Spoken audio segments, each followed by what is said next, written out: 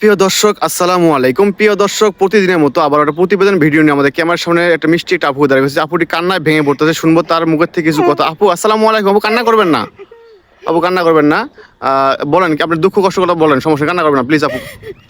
জি ওয়ালাইকুম আসসালাম। ভাই, দুঃখের কথা আর কষ্টের কথা কি বলবো ভাই। সেই ছোট্টবেলায় থেকে বাবা মা হারাইছি, নানির কাছে থেকে বড় হয়েছি। নানি পাইলে বিয়ে দিছে, সে স্বামীটাও ভাগ্যে কোনে, স্বামীটাও রুট অ্যাক্সিডেন্টে মারা যায়।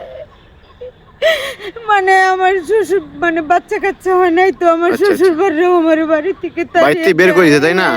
প্রিয় দর্শক, কতটা অসহায় হলে একটা মেয়ে ক্যামেরার সামনে এসে এইরকম করে কান্নাকাটি করে।